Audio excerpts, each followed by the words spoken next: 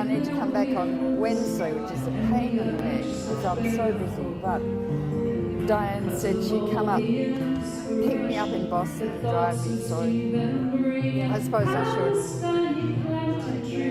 Yes, nothing stops her. Very, very smart and strategic. That's all you need. It's usually a woman, like always. Like always, right. And then the men get pissed off, and then they, the egos rise to the top.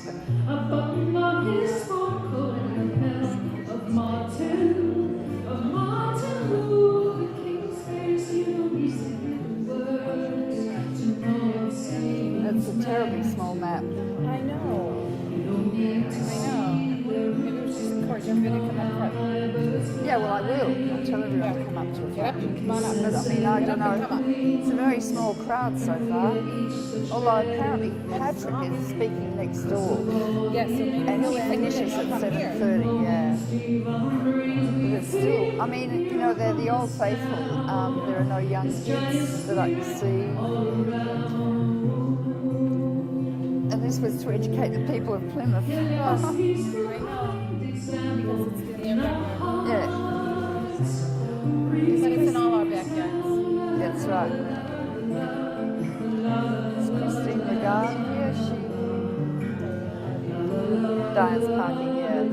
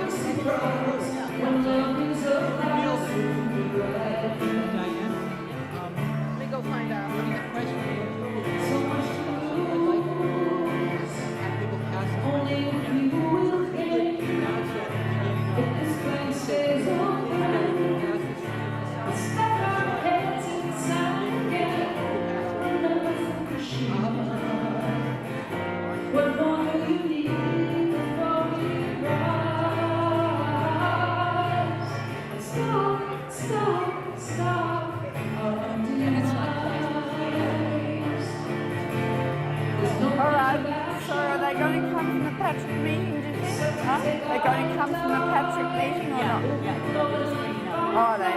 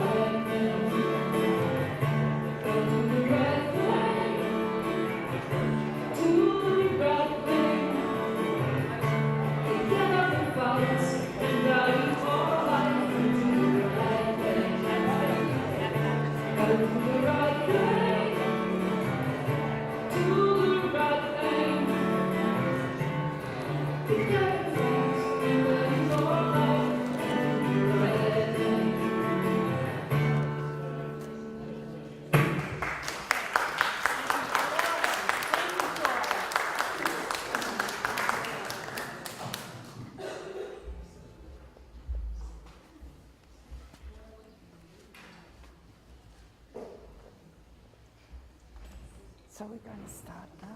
Yeah. But I want everyone to move right down to the front and they won't see the slides properly. Yeah. Welcome this evening. Could I ask folks to kind of move down front? Because as Helen has a presentation, she'd really like to be able to see it. It's on a smaller screen. That would be greatly appreciated, and make sure that your cell phones are off. Yeah. I better turn mine off.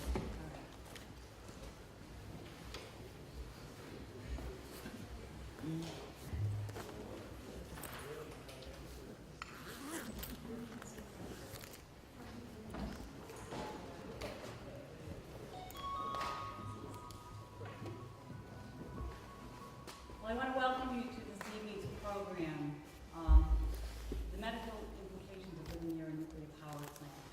My name is Diane Turco, and I'm with Cape Town Winders, and we are so honored to have Dr. Helen Caldicott here to speak this evening. She's going to educate the community on the dangers that people need to understand about living near a nuclear power plant. And it's so important that when you leave this event, that you go and talk to your neighbors, and you talk to everyone you know, and you share the information that Dr. Caldicott is going to talk about. Dr. Caldicott is a Nobel Peace Prize nominee. She was co-founder of Physicians for Social Responsibility, the group that did win the Nobel Prize. She is also the winner of the Lenin Prize for Cultural Freedom. She's also the author of many books. Nuclear Power is Not the Answer, and she has a new latest book, Crisis Without End. And we do have them for sale, and Helen will sign them at the end of the program. It's a must read. You need to read this and then pass it on and pass it on, because everybody on this planet needs to read what Helen is saying. She's the premier person who's trying to save this planet, and we are so honored to have her tonight. Dr. Helen Caldicott.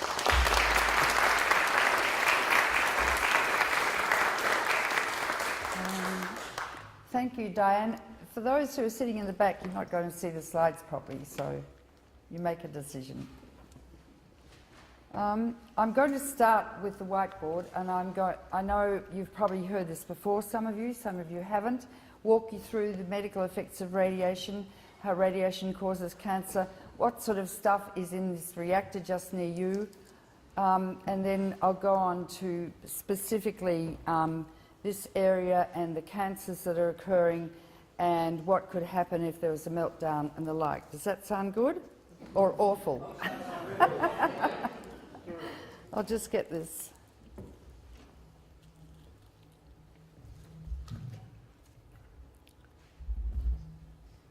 Okay, so there are 4 sorts of radiation, or 5, but I'll just do the 4. Can you all see this? Yes. Yep. Stand on this side. There are X-rays. Hands up those who've never had an X-ray. I don't believe you. Did you get your teeth X-rayed? Never get your teeth X-rayed unless you have a sore tooth. You do not need an X-ray every year from the dentist. We don't do that in Australia. And I found out you do it here because when there are plane crashes, they identify the victims from their records, their dental records. And I realised that, unnecessary X-rays are being done. My ex-husband was a radiologist, and they make a lot of money. And they buy this expensive equipment and don't get CT scans unless you absolutely have to. They give you a big dose of radiation. I think they've removed the radiation machines in the airports now, but I used to refuse to go through them. I'd have a full body search. I didn't care what they felt on my body, but I wasn't going through an X-ray machine. And radiation is cumulative. Each dose you get adds to your risk of getting cancer. Each X-ray you get. And people say, well, the industry says, there's background radiation, it's all fine. Well, background radiation induces probably about 30% of the cancers we see. And that background radiation comes from the cosmic rays of the sun, from radiation from the rocks in the earth, from radon gas and the like and the like. It used to be 170 milligrams a year when I was in Boston, at Harvard. But now they've increased it to 300 just because they're including X-rays and stuff like that. So the industry has pushed up the level of background radiation, and then they say, well, it's all safe and you can be exposed to 300. they're not honest, and every time I debate with a nuclear power person, I find that they don't tell the truth. In other words, they lie. Then there's gamma radiation. Now, when the technician says breathe in, hold it, and runs out of the room and goes click, that's the only instant your genes can be damaged in a cell. You don't become radioactive. Likewise, when they give food very high doses of gamma radiation, which is like X-rays, the food does not become radioactive. They radiate the food to kill the microbes and the fungi, so it has a longer, quote, shelf life. But then radiolytic products are produced, some of which could be very dangerous. Gamma radiation is given off by material in the nuclear power plant, and it's like X-rays. Then there's alpha radiation, which is given off by plutonium and other such substances composed of 2 protons and 2 neutrons. So when that is emitted from an unstable atom, that's particulate. If it hits a cell, it can damage it. And apparently there's plutonium and neptunium on your beaches, and around here, which should never ever have escaped from your reactor. This is a deadly material. Plutonium is so deadly that 1 millionth of a gram, if inhaled, will give you cancer. 1 millionth of a gram. The reactor, well, a normal 1,000 megawatt reactor, yours is 850, creates 500 pounds of plutonium a year. You need 10 pounds to make a bomb. And it's got a half-life of 24,400 years, and you multiply that by 10 to get its total radiological life, and it's about 500,000 years. So, in fact, nuclear reactors are bomb factories, and any country that buys a nuclear reactor has a bomb factory, not just now, but for the rest of time. Japan has 40 tons of plutonium stockpile. Within weeks, Japan could become a nuclear nation. And who helped give Japan the plutonium? You guys. Yes. Likewise, you supplied Saddam Hussein with the chemical weapons that they're just finding now. And Rumsfeld stood and watched with Hussein as they were killing the Kurds with chemical weapons years ago. The next one is beta radiation, which is just an electron shot off from the unstable atom, and that produces the same sort of damage. So how does radiation cause cancer and genetic abnormalities? Incidentally, my specialty is cystic fibrosis, the most common genetic fatal disease of childhood. And there are about 2,600 such diseases now described, like diabetes, hemochromatosis, inborn errors of metabolism, phenylketonuria, dwarfism, I could go on and on and on. And nuclear power will, over time, increase the incidence of genetic diseases in all species, not just us, because all species have genes. Now, how does radiation damage the gene? Well, in every cell, there are chromosomes, and radiation chromosomes are genes. So in every cell, and this is simplistic, but is a gene called a regulatory gene. It regulates the rate at which cells reproduce. So if an alpha particle, got it, hits the regulatory gene and the cell does not die, or an X-ray does, or a beta particle, or gamma radiation, the gene, if the cell doesn't die, the DNA molecule is changed biochemically. And it will sit undisturbed for years and years and years, and you won't know that you've had a genetic mutation. You won't know you've been damaged by radiation, then you feel a lump in your breast, or you cough up some blood, and you go to the doctor, and you need an X-ray then, and you've got lung cancer, breast cancer, whatever. And the cancer doesn't wear a little flag saying what made it.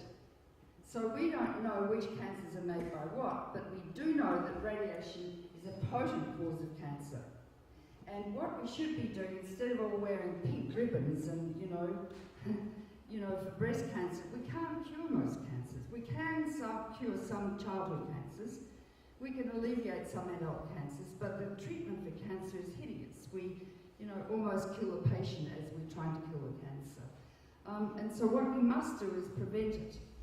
The dictum says if you have an incurable disease, you must prevent it. And these nuclear power plants are cancer factories, as well as bomb factories, because they're full of radioactive elements that concentrate in the food chain and get into human bodies and food. So once regulatory gene is damaged, one day the cell starts dividing in an unregulated way and produces trillions of cells, and that's a cancer. The cancer cells tend to be very virulent, and they invade blood vessels and lymph vessels, and one cell might migrate from the colon up to the brain, and you get second cancers, and that's called metastases. And so the cancer is like a parasite, and it uses up the energy of the body. You see a cancer patient just withering before your very eyes, and when the cancer patient dies, so does the cancer. And we're really not good at treating cancer, therefore prevention is a cure. It's like polio. We couldn't prevent polio until Jonas Salk, who I knew, and John Enders at Harvard discovered the polio virus, and then we immunised people so we don't have polio. You've been watching the Roosevelt series and FDR and how he got polio, which was so tragic. Anyway, so that's how cancer causes disease. Also, in the most important organs of the body, what are the most important organs of the body? What? Liver? No. No. No. Sex? Yeah. Sex. Testicles and ovaries. Because we're really here biologically for one reason, we're here to reproduce. That's what we're really here for. Once we've reproduced, we've done our job. And then all the rest is gravy. So, the testicles and ovaries, so here's a sperm, and here's an egg, they're big. But the sperm and egg only have half the number of chromosomes and genes, so when the sperm and egg unite, you get a diploid number, the normal number. Now, all of these genes are important, and if any mutation occurs in any of these genes, you can produce cystic fibrosis. And 1 in 25 white people carry the gene for cystic fibrosis. It's quite common. I've been walking around the world for years saying we all carry several hundred genes for disease. So, guess what? My son recently was diagnosed with hemochromatosis, which comes from a gene from my ex-husband and me. So I carry a gene for a very serious disease, which is an iron metabolism deficit. So iron collects in the heart and the liver, so you get cirrhosis and cardiac abnormalities. And Philip gets venesected or bled a couple of litres every month to keep his iron levels low. So I've become a walking example of what I've been talking about all these years, and goodness knows how many other nasty genes I carry that could be passed on to future generations. So that's how cancer is caused, and that's how genetic disease is caused. Now, what are the things in nuclear power plants? Well, I might start with the slides now and demonstrate to you. This is a terrible map. I mean, if it was big, you'd see it better, but this is a map of Europe. I don't know where this was supposed to come. Oh, there it is. So this is Europe, and I'll just move the pointer over. I don't know if you can see it. Those in the front will see it. But here is Chernobyl, just there. And then if you go, the very dark red areas here are areas where people can't live. They're exclusion zones because the radiation is so intense that they would die. But if you look carefully here, Sweden got a hell of a fallout, and in fact, Chernobyl was first picked up in Sweden when they were suddenly measuring the radiation, and Gorbachev denied it, and the government in Russia denied it for 10 days. But it spread everywhere. Finland got a hell of a fallout, Norway. There are farms in England now that still, their lambs are so full of cesium they can't be sold on the market. Turkey got a huge amount, and Turkey's not illustrated in this map. Do not buy Turkish apricots, do not buy Turkish hazelnuts. Most of your hazelnuts that flavour your coffee, etc., come from Turkey.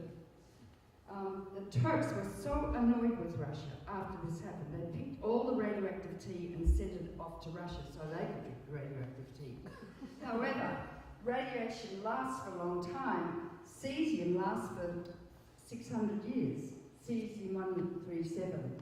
And this is only a map, really, of cesium all over Europe. So one stupid man in the middle of the night did a stupid experiment, blew the reactor up, and it contaminated a whole continent. Now you're sitting right next to Pilgrim. And this could easily happen tonight. Pilgrim is an old reactor. It's been allowed to function for another 20 years, although it's falling apart. It has a lot of serious mishaps. And you know, you might be at home and you might have on NPR or you might not, but you know, sometimes you hear, ooh, this is just a test of the emergency system. Well, you might hear, ooh, there's been a meltdown at Pilgrim. And if you watch the TMI accident in Pennsylvania, they said, yes, we know what we're doing, and yes, we have it under control. He was lying the whole time. There had been a partial meltdown there. And this could happen here tonight or next week, although the judge prevented me testifying today at the trial because the papers weren't put in early enough. Anyway, so that's an illustration of, you know, there's no other form of electricity production that can contaminate a whole continent. And that will remain radioactive for hundreds or thousands of years. There's been a book put out by the New York Academy of Sciences called Chernobyl, where doctors all over Europe have assessed their patients on the ground, and there are all sorts of diseases occurring. Cataracts, very high incidence of cataracts to the eye. Diabetes now is common because cesium concentrates in the pancreas where insulin is made. Children dying of sudden heart attacks. Very early premature aging in little children who are getting heart disease and the like. Thyroid cancers, huge increases in cancer. And it's estimated now, by now, over 1 million have died from this one result. That's what nuclear power is. It's a killer. It's a killer. And you've got one right in the middle of your area. And what has to happen is it has to be shut down, and you've got a fuel pool full of really radioactive fuel rods on the roof of that reactor, which is the same design as the Fukushima reactors. And I know the 3 GE engineers who designed those reactors in Fukushima and here, and they resigned in '75 because they said they were so dangerous. And they testified before Congress, but nothing changed. So you've got a Mark I GE reactor with a fuel pool full of highly radioactive fuel on the roof, and the roof over it is sort of like the roof you put on the top of a Target, something like that. You have Target here, don't you? Or what else do you have? You know, any of those box stores. So it's not going to protect you. And if there's a loss of coolant in that cooling pool, which you have to keep circulating the water all the time, then the cooling pool could well catch fire. And it could well reach critical mass because the cooling pool was only designed to hold, let me see, what? Was designed to hold 880 fuel assemblies. Now, what's a fuel assembly? A fuel rod is 12 feet long and half an inch thick. And if you stand just near a spent fuel rod out of the reactor, you'll die within 2 weeks with your hair falling out, vomiting and bleeding to death from acute radiation sickness. So much gamma radiation is given off from the fuel rod. So it's got 880 assemblies, but in the assemblies are 179 to 264 rods in each assembly. Okay? But, and so they've allowed the fuel assemblies. You've got now 2,320 assemblies, and you're allowed to increase it to 3,859. Well, that's all very well and good, but they're re-racking them, putting them much, much closer together, which means there could be a meltdown in the fuel pool. A meltdown in the fuel pool. And you're sitting on top of this. It's almost more dangerous than the reactor itself. No one talks about that. Look at the audience tonight. I've come to Plymouth to try and educate the dear people of Plymouth about the dangers with which they're living, and they haven't come. Well, how do we get to them? I mean, I can't tell you how frustrated I am as a physician and a paediatrician to know that we can't get through to the people of Plymouth and just teach them basic medical facts.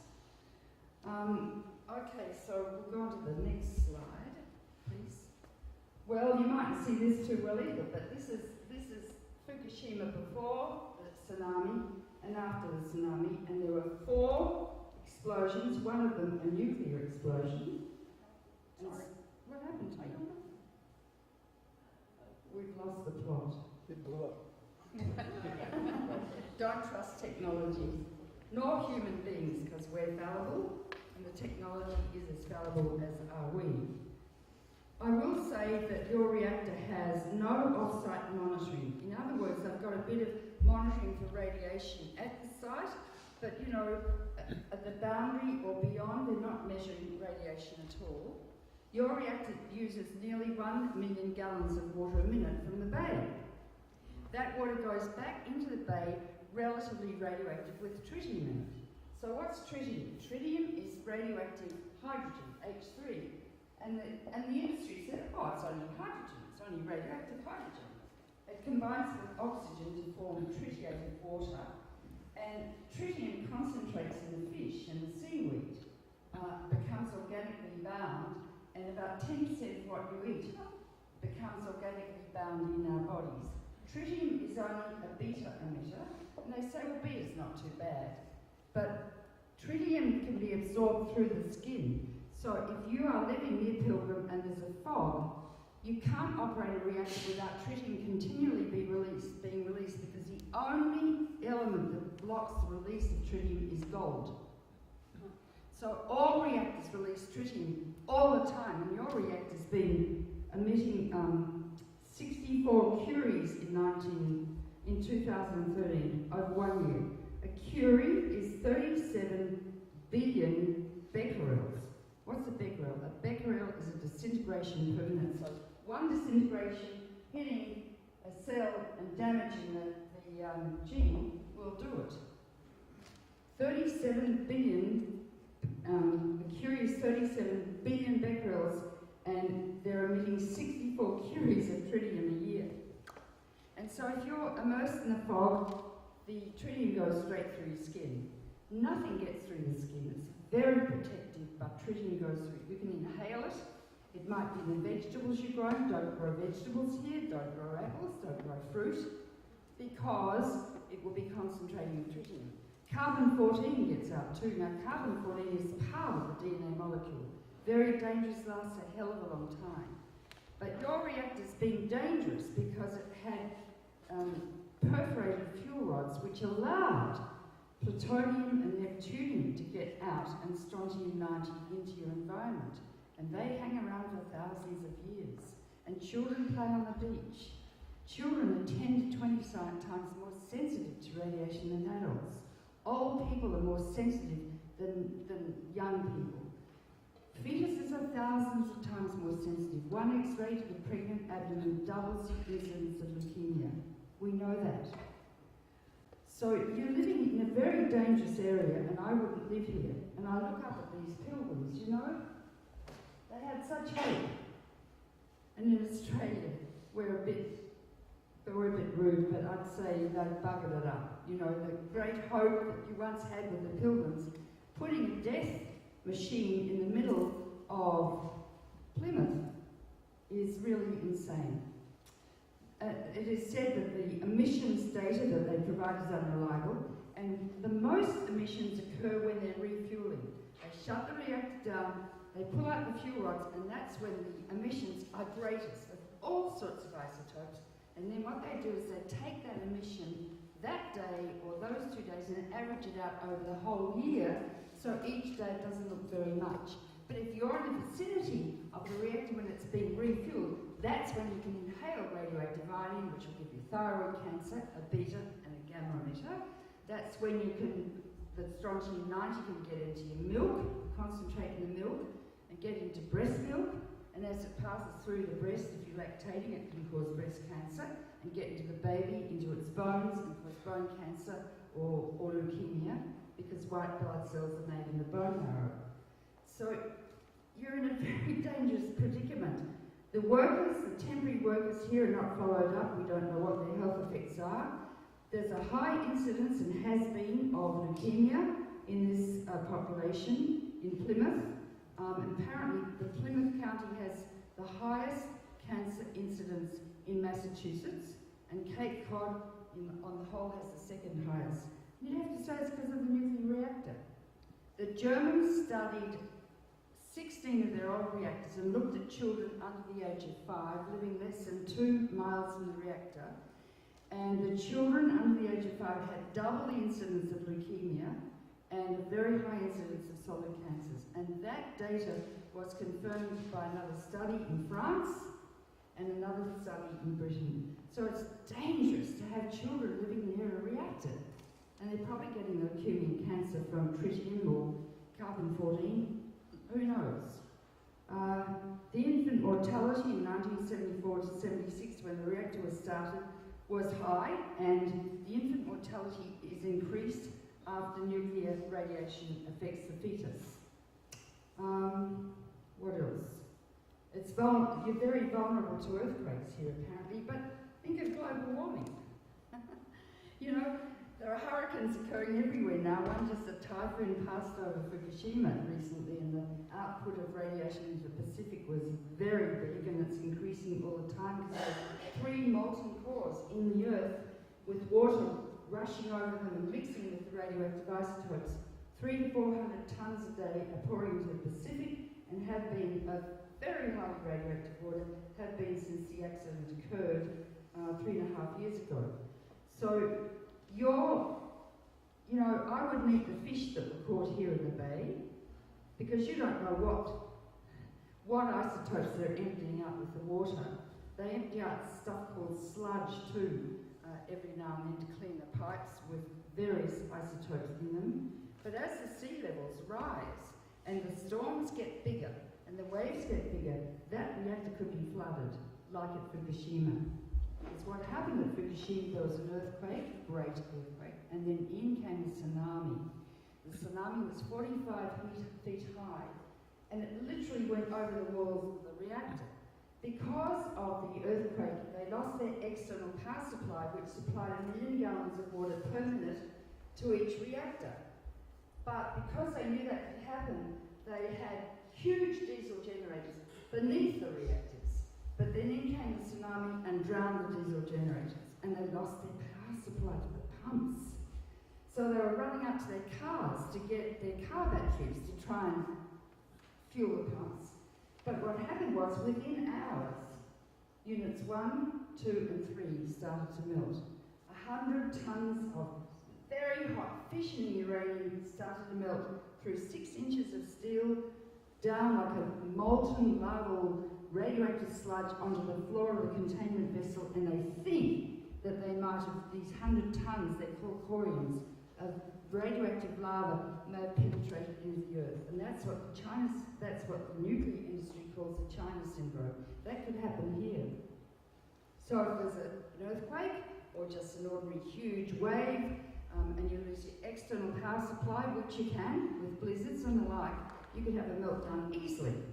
Or there are terrorists. Now, we're worried about terrorists, aren't we? Ooh, ISIS, ooh.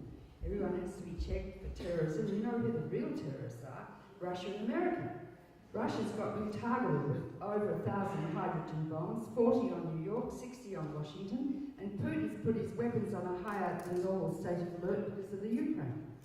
You can bet your bottom dollar if Putin has, you have too. And so you've targeted all cities and factories in China and Russia, and they've targeted you in Canada and Australia and Japan and Europe and England. So if there's a nuclear war tonight, because Putin gets upset or there's anxiety, on 9/11 they took your weapons, hydrogen bombs, to the high state of nuclear alert, because they didn't know what was happening because of the international anxiety. So if you have a nuclear war, that's the end of most life on Earth. And you're targeted. I mean, all the nuclear reactors are targeted too. Can you imagine? Huge, colossal conflagrations and fires and black smoke shot up in the atmosphere, covering the Earth with a cloud so thick it blocks out the sun for 10 years and induces a short ice age, and we'll all freeze to death in the dark. Nuclear winter. So who are the real terrorists threatening us at every moment of every day? It's beyond my imagination, and we say it's for national security. That's absolute rot. national security that will all kill ourselves if we don't like the Russians, or the Russians will all kill us, you know. I mean, it's madness. And you can see these neocons in Washington, like, what's his name, McCain, charging along as if he's on his horse, you know, their chest sticking out with their swords, and they still think the same way about war as they thought when generations ago. But they use the nuclear weapons now, which will destroy life on Earth. And I once asked Carl Sagan, who's a friend of mine, do you think there's life in the universe? And he paused for a long time. And he said no. And I said, why? And he said, because if any species had reached our stage of evolution, they would have destroyed themselves. So I'm having a conference at the New York Academy of Medicine at the end of February called The Dynamics of Possible Nuclear Extinction, and going through all of this. Stephen Hawking now thinks computers within 10 years could easily start a nuclear war themselves. I've got off the track, but it's all the same, because they started a peaceful atom in America, according to the Pentagon, to allay your anxiety. So, you know, although we've got nuclear weapons that can kill us all and you hide under your desk and practice stuff and cover, in fact, there's a really good thing about nuclear power. It's all great, really, because it's peaceful. And that was Eisenhower who started that. Let's have the next slide, can we? Will it move? Here we go. Oh, well, that just shows the damage reactor. Okay, next. Well, this is the radiation that came from there in the first few days. And the ambient levels of radiation in Seattle went up 40,000 times above normal. These reactors are very, very vulnerable. They're very damaged. If there's an earthquake greater than 7 again, which is very possible, Building 3 could collapse, taking a huge cooling pool down, and it would catch fire, causing a radioactive volcano. And it would hit molten corium at the bottom. God knows what would happen. I know Naoto Kan, the Prime Minister in charge of Japan during the accident, and he was talking about having to evacuate Tokyo. And I want you to apply what I'm saying now to you here. There were 4 reactors down the coast in Fukushima-type. There were 6 reactors here, and luckily the accident occurred on Friday afternoon when the full staff were there. But if it had occurred at night on Friday, there would have been only 100 staff here and at Daini, and that would have, as David Suzuki in Canada said, that would have meant bye-bye Japan. And much of the Northern Hemisphere, because you're right in the prevailing winds that come all over you. We even got plutonium and americium in Boston, where my grandchildren are. Next slide, please. Well, this just shows the dispersion initially on the 18th of March, 7 days afterwards, just hitting now the west coast. And then 21st of March, it occurred on the 11th. 10 days later, it covers pretty well the United States and Canada, and then starts moving across the Atlantic. And then the whole of the northern hemisphere gets affected next. Well, what happened was that for the first 2 days, the wind was blowing from east to west, and so it blew towards you, but then it changed and blew over northwest Japan, and it's very heavily populated. And the Japanese government knew where the radiation was going, and so did the Americans, because they were flying planes measuring it all the time, but they didn't tell the people because they didn't want to create panic. Now what happens if it's a meltdown here? You won't be told probably, and they say, oh, well, it will evacuate you. How? How are you going to get off Cape Cod? Evacuate your weapon. Well, someone said swim east. But you know, what about the children in the schools and everyone in panic, wanting to pick their children up and listening to the radio and, you know, not wanting to open the windows to breathe in the radioactive air, and it'll be just total pandemonium. And you'll all be exposed. Next slide. That's all. Let's move on. No, that's yeah. Nuclides to watch. Well, we know that radioactive iodine has a half-life of 8 days and lasts about 6 weeks. And iodine only goes to the thyroid, so you all have to have potassium iodide tablets in your medicine cabinet. So if you hear there is an accident, take it immediately, because if you take it after the plume has moved over you and inhaled the radiation, it's too late because the radioactive ion goes to your thyroid. If you take potassium iodide, which is inert, it becomes saturated with thyroid and it will not take up the radioactive iodine. But if you have potassium iodide, it doesn't protect you from anything else. So here's cesium-137, half-life 30 years, lasts for 600 years.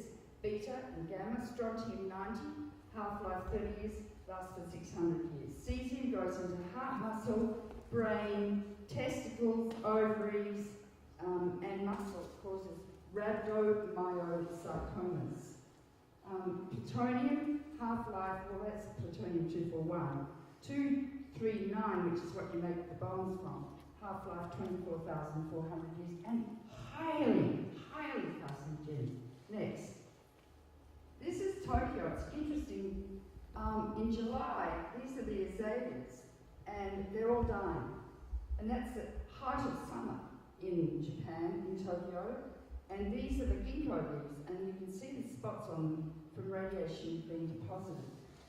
Many parts of Tokyo are more radioactive than areas, the exclusion zones around Chernobyl. And doctors are seeing children with very low blood counts, white blood counts, low platelet counts, nosebleeds, all sorts of things, but the doctors have been told not to tell their patients that their symptoms are related to radiation.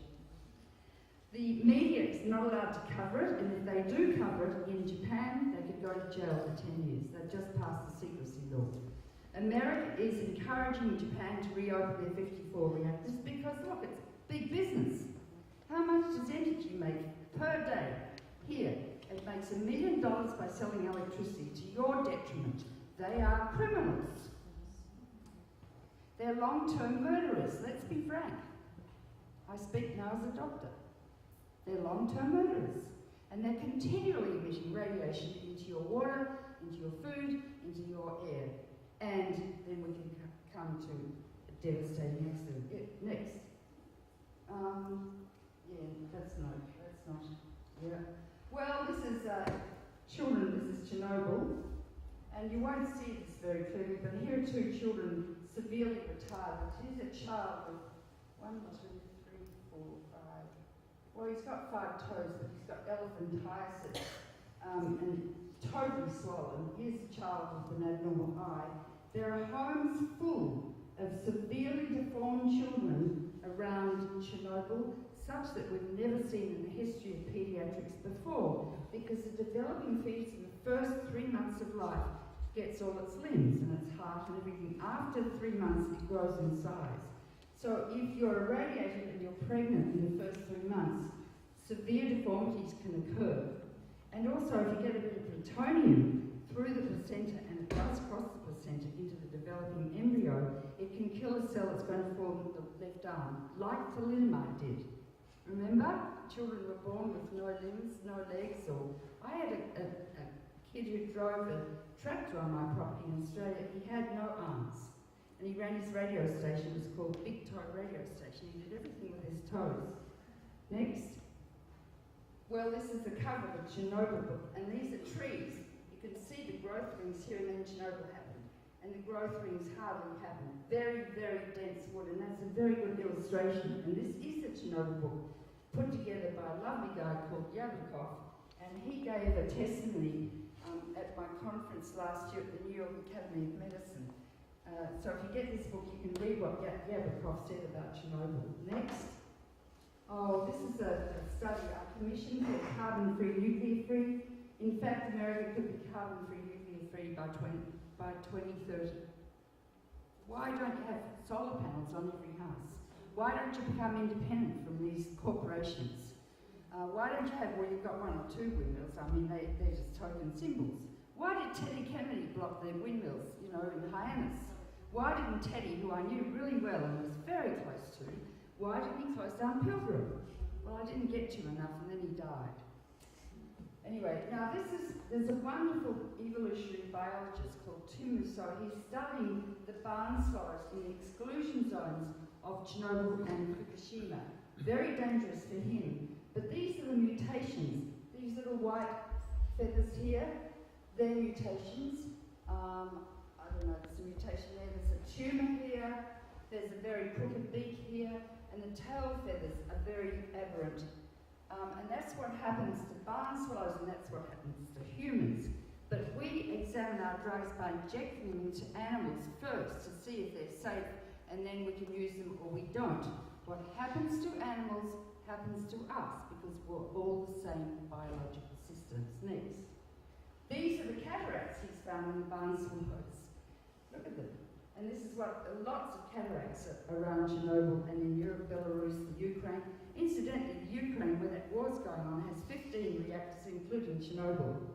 The Ukraine is very radioactive, lots of cancers there, the food's radioactive in many areas, and a conventional war could melt down a nuclear reactor in the Ukraine and then grow another Chernobyl.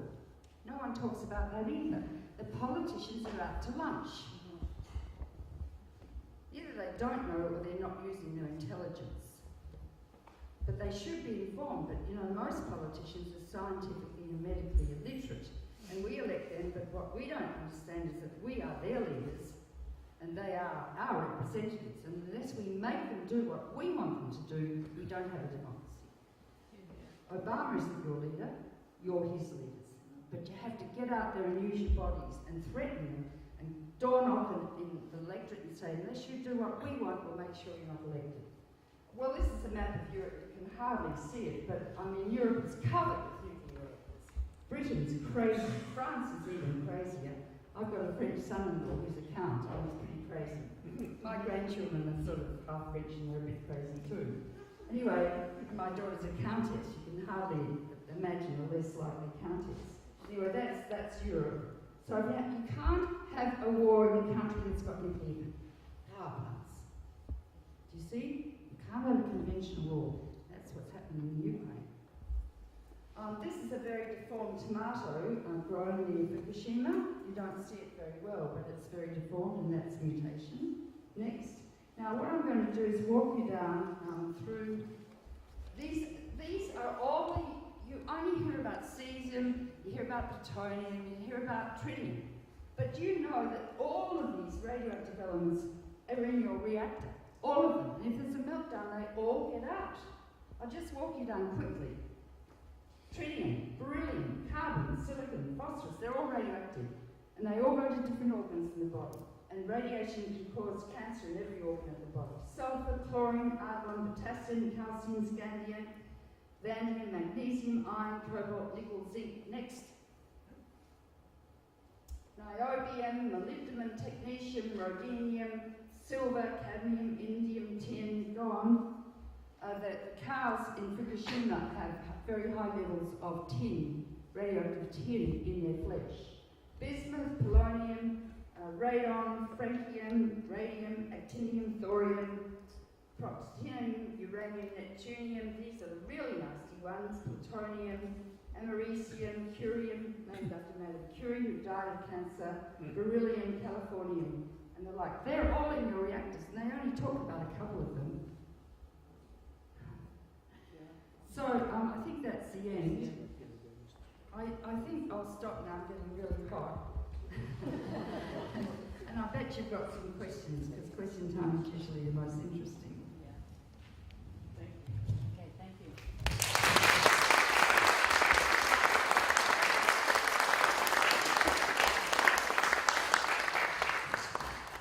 Okay, before we start the questions, I just want to recognize Matt Patrick.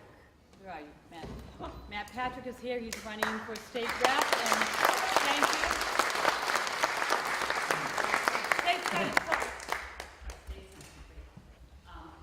you want to say anything, Matt? God, it's pretty daunting stuff, and I've it's almost like I've.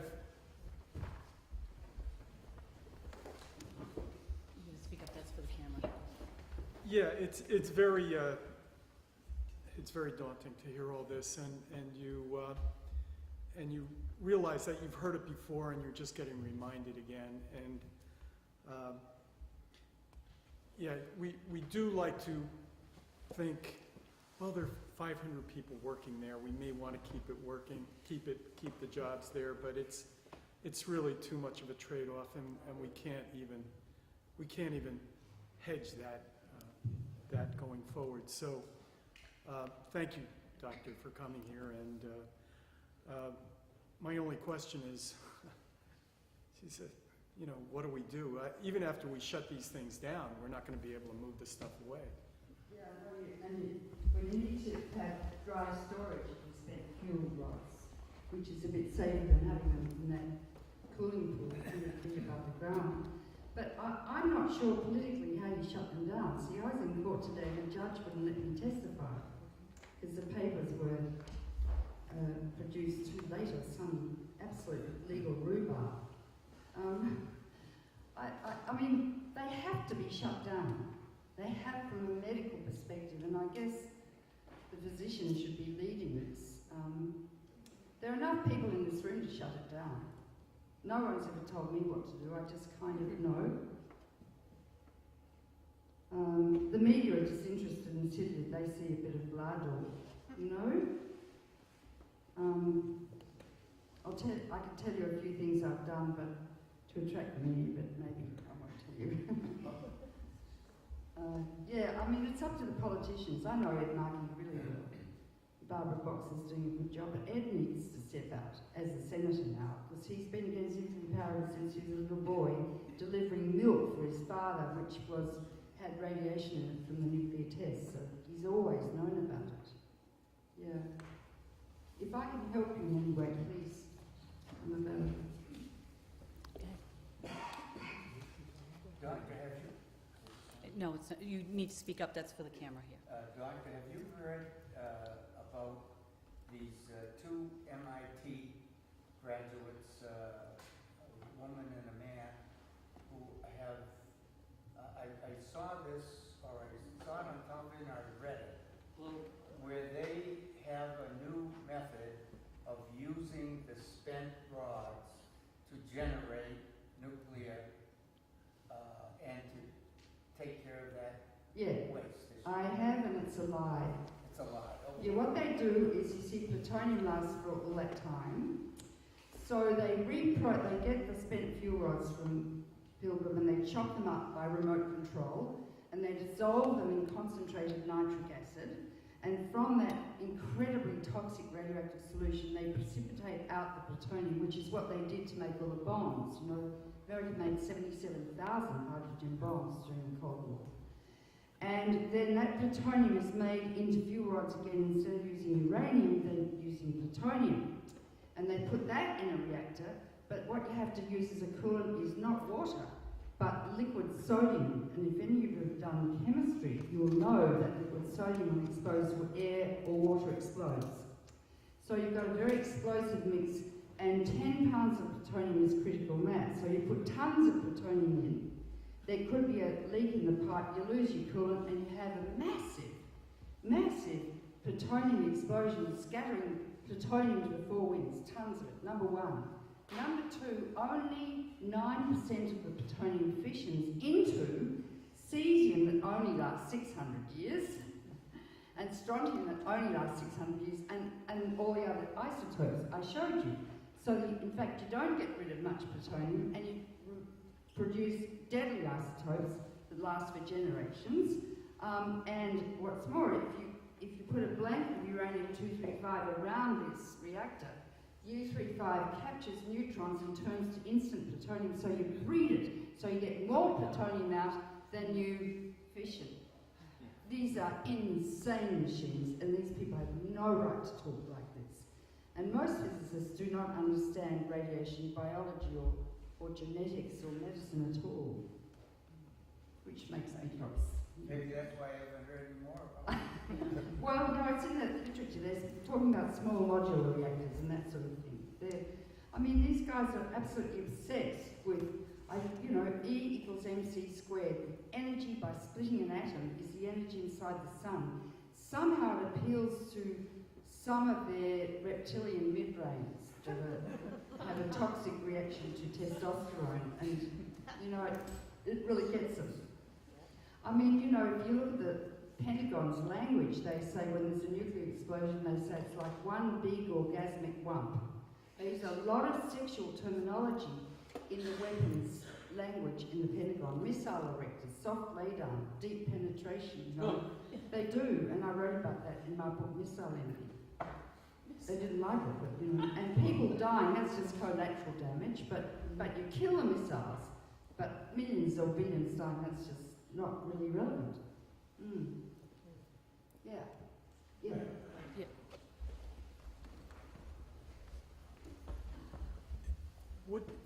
What's going on with the spent uranium shells that they used in the Middle East? Can you talk about that for a second? Uranium, it's called depleted uranium, only because when you mine uranium, only 0.7% is uranium-235, which is the fissionable isotope. And it must be enriched to 3%. And, you know, you've had 2 huge coal fire plants to enrich uranium. They say it doesn't produce global warming, which is a lie too. So the stuff left behind is uranium-238. And it's waste. It's all over the place in huge barrels and dumps and everything. It's free. It's 1.7 times more dense than lead. And its momentum equals mass by velocity. If you have a big mass and a very high velocity, you get a tremendous penetration of the steel of the tanks. So it penetrates the tank like a hot knife through butter. But when it hits the tank, 80% of it burns, producing tiny aerosolized particles of 5 microns in diameter that can be inhaled into the terminal air passages. That stuff is lying around in the desert, in the sand, blown up by the winds, and the uranium also concentrates in the milk, and the kids play in these destroyed tanks. There was such a tank in Kuwait, and the Kuwaitis are allies, so they made you guys dig it up and take it and bury it in a huge concrete bunker. I don't know, in Savannah River or somewhere, but there are tanks destroyed all over Iraq.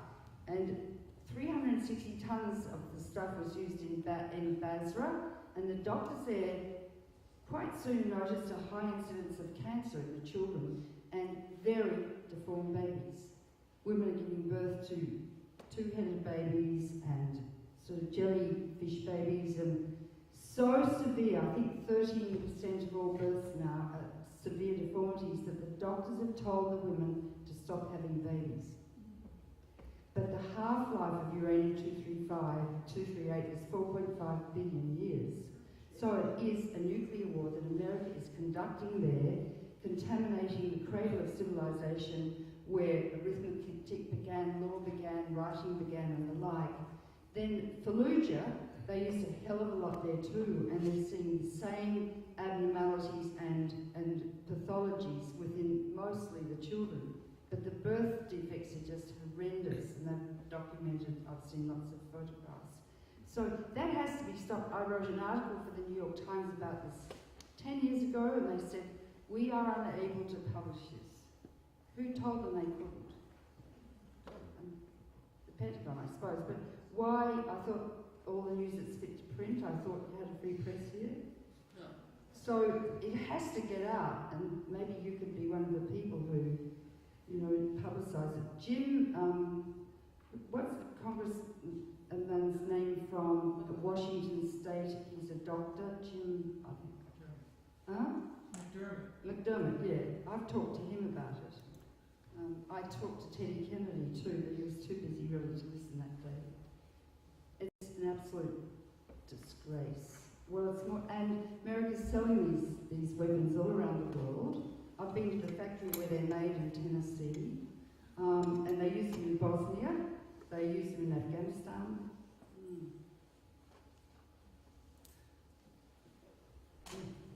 Susan here. On Cape Cod, we are given potassium iodide. We're given 2 of them, and we're expected to shelter in place and then be relocated. Is that an adequate number to receive? 2. Yeah, 2 would block it if you take it before the plume gets to you, before you inhale the radioactive iodine, yes, but it protects nothing else. All the other isotopes can get into your body and do terrible damage. Yeah. I can speak up now. Yeah, this is for the I camera. wonder if you could talk about the thorium factor that's been foisted as the answer to the new nuclear. Thorium, I wrote an article about thorium, and it's in the Huffington Post. It's also on my webpage. I'll give you my card later, helenCaldicott.org. Thorium is ubiquitous, more so than uranium in the Earth's crust, but it's not fissionable. So you have to mix the thorium with uranium-235, which you have to enrich up to 3%. And the uranium-235 starts to fission the thorium and produce uranium-233 and uranium-232. And that takes quite a long time. The 233 is fissionable. So then you take all the rods out and you reprocess it to get out uranium-233 you just produced.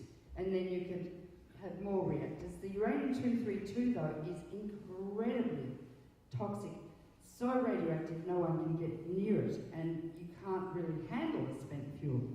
B, it's just economically out of the question. But it's these warriors who, they're absolutely obsessed with answers to problems that have been induced by technology by using more technology. And the simple answers are here. Yeah. We have to take them on full frontal. They actually need their bottoms smacked. That's why everyone liked Maggie Thatcher, because the boys were all beaten in public schools in England. Hi, I had a question. You talked about our vulnerability to a terrorist attack. Yeah. How vulnerable do you think we are in terms of our power plants, in terms of the power grid and interruption to the power grid and the consequences of that? Well, you're very vulnerable to interruption of the power grid, and goodness knows what's going to happen as global warming increases and more blizzards and cyclones and heavens knows what.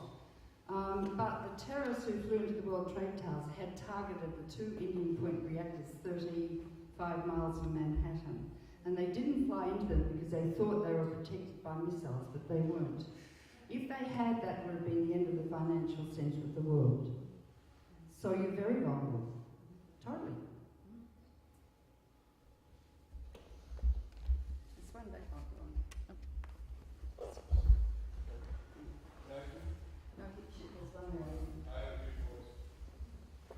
Thank you, first of all, Doctor, for coming. We certainly do appreciate it. We need all the help we can get here. I want to ask a question. Is cystic fibrosis caused by radiation? I tried to point out that all genetic diseases that can be caused by radiation, yes, and so we will see, well, we'll be dead, but over generations, the incidence of genetic diseases like cystic fibrosis, like diabetes, like hemochromatosis, increase in frequency down the generations. And let me explain evolution. Background radiation caused evolution, so there are mutations, so that fish develop lungs and birds develop wings. Most mutations are deleterious, they cause death and disease. Very few are advantageous to survive in a particular environment, and it takes millions or billions of years for evolution to occur. Most mutations are deleterious and cause disease. So over time, you will see, I mean, I say that nuclear power produces random compulsory genetic engineering. And not just in humans, but all species, moss, lichen, plants, birds, they all have genes too, and they all have genetic diseases and develop cancer. So we're desecrating the positive process of evolution, which, you know, is, some people think is God's creation. I happen to be a pantheist. I worship nature, and Pan was a god of nature, but many people do believe in God, and so what we're doing is desecrating the creation. So if the cystic fibrosis person back in time, were they like exposed to some type, we'd have new plants then, exposed to some type of radiation in plants, I mean in the atmosphere? Yeah, in background radiation, Background background radiation continuously, 170 millirats a year. Coming from radon in your cellars, coming from gamma radiation from the rocks on the Earth, coming from cosmic radiation. Airline pilots get a lot of radiation in the air. They have a higher than normal incidence of melanoma. The women who work on the planes have a higher than normal incidence of of breast cancer. Everywhere you get more radiation, there's a higher incidence of cancer. But you have to wait for generations to see genetic impacts, so that two recessive, I'll give you an example. You can't have blue eyes unless you have two blue-eyed genes. If you have a brown-eyed gene which is dominant and blue, you're going to have brown eyes. Or two brown-eyed genes you'll have. So here's a quiz. Two blue-eyed parents had a brown-eyed child. Where did the brown eyes come from? What? Yeah, the milkman. So genetics can be very useful. But you see, you carry these recessive genes and you don't know you've got them until you mate with someone like cystic fibrosis who has the same gene. Yeah, and then it's a 1 in 4, I think, a toss-up each time.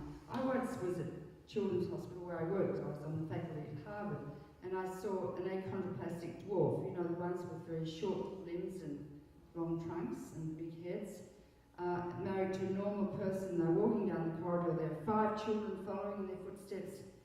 4 were achondroplastic dwarfs, the children. Now that's a dominant gene, so it's 1 in 2 chance that that baby will have the disease.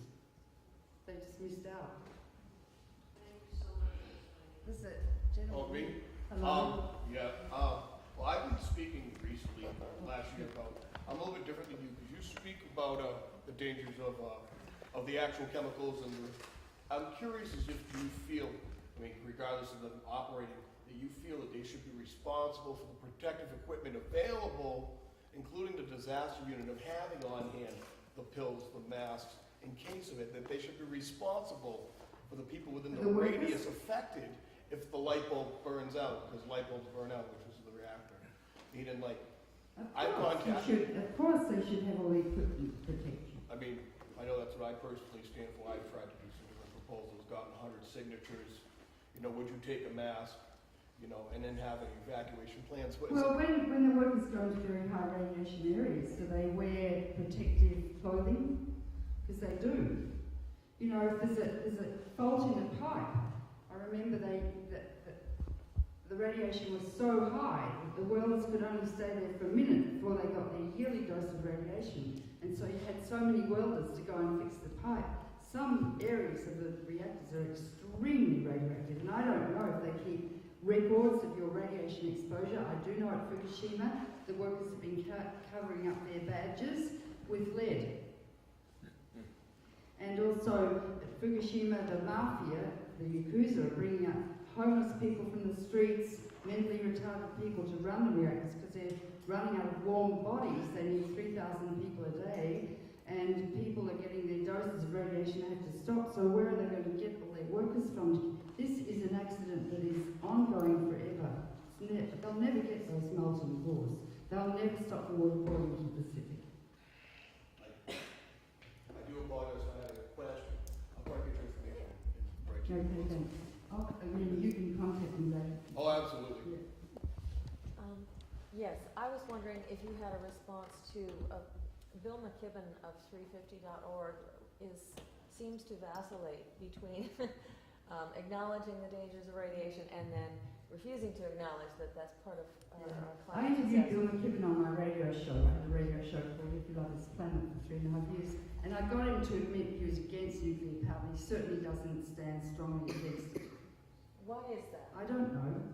It's taking money from me. I mean, I hate to suggest it, but why don't people stand up against this deadly, deadly, deadly technology?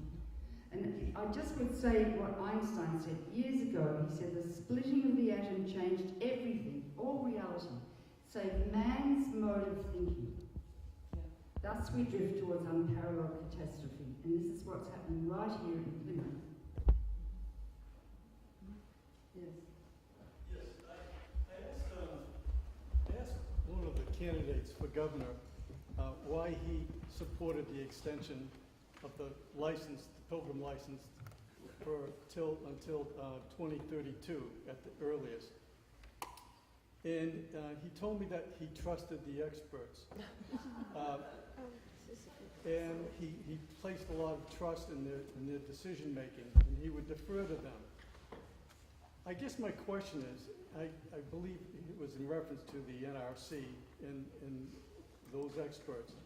Has the NRC ever come into a nuclear plant de facto and said, that's it, we're taking your license, we're shutting you down? Everything that I see suggests that they running into financial issues, there's a small market, or the potential repairs are too expensive, and then they move on, and that's what causes the shutdown. It isn't the NRC coming in and asserting themselves and says the cumulative risk is too much.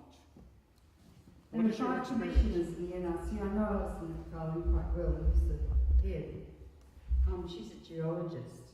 I've watched the NRC in action, and the other commissioners are all pro-nuclear and come from the nuclear industry on the whole. So they just go along and support the nuclear industry. They're not protecting you. They don't shut plants. No, they're not protecting you. They're not there for your health and well-being. They're there for the health and well-being of the nuclear power industry. It's obscene. So you need a revolution, people. You know, we had a revolution in the 80s, because when I first came to America, most people said to me, I'd rather be dead than communist. I thought, I'd rather have a nuclear war than be red. I thought, this is psychotic. So I got together 23,000 physicians, and we started holding symposium about the medical effects of nuclear war. So the next day, the Boston Globe, the bishop, the archbishop in Boston got up and saw on the front page of the Globe, you know, the circles of destruction, like 5 miles from the epicenter, everyone's vaporized, turned into gas.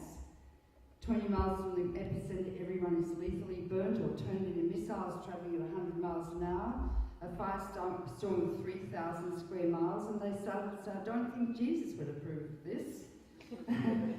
I'm being a bit facetious. And then the Catholic bishops produced a pastoral letter against nuclear war. The Methodist bishops did. I went to see the head of the Mormon church, he was 94 in Utah. They were going to base MX missiles travelling on trains. That was Reagan's idea. And I talked to him, they cancelled it. I met with Reagan for an hour recorded in the White House by myself and held his hand as he needed reassurance because he didn't know really anything.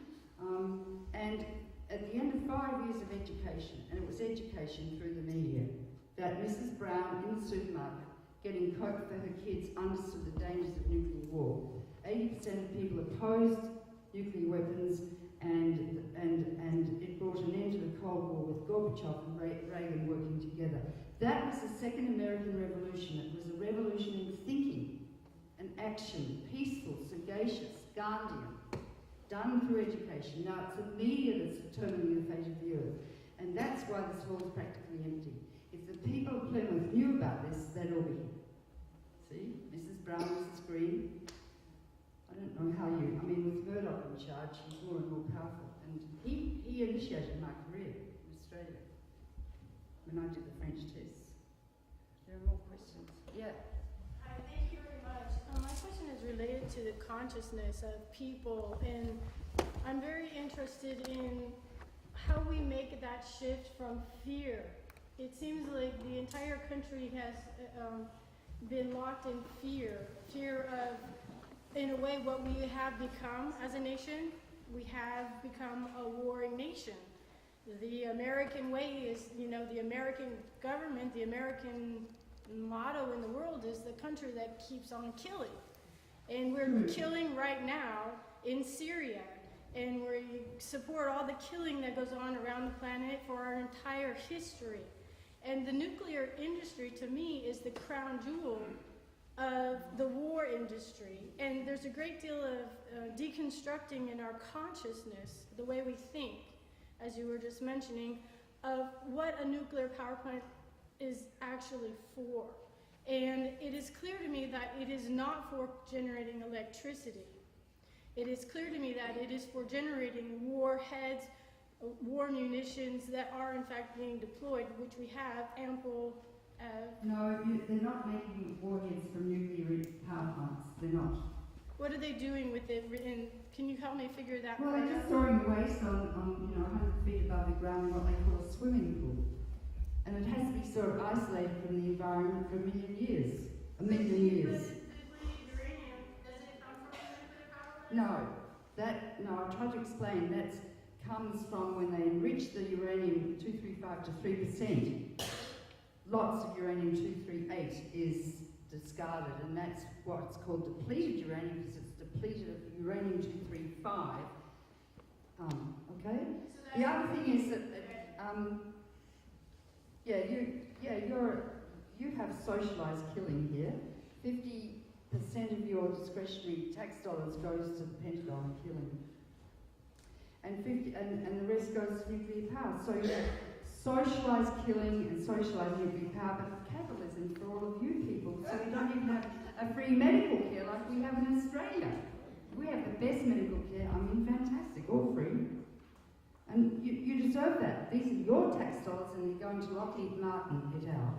And that has to stop. Now you say, well, what can we do? So you're talking about everyone else. The only person you can change, and this is the last question, the only person you can change is you. I came to this country a young doctor. I was at Harvard. I was an alien. That's bad. And I was a woman. That's bad. And no one really told me what to do. I kind of knew. And I started the Physicians for Social Responsibility. I really led with Randy Forsberg, the revolution. And one person can be as powerful as the most powerful person who ever lived, and it's very easy to say aorta. You know, the aorta, the vessel that comes out of the heart. Well, in Australia, aorta fix the bridges. Aorta get rid of the bombs. Aorta do this. The aorta syndrome. Never use it. Never look at anyone else. The only person you can change is you, and by example, you will become a leader. Because people need leaders. And that's all I'm going to say.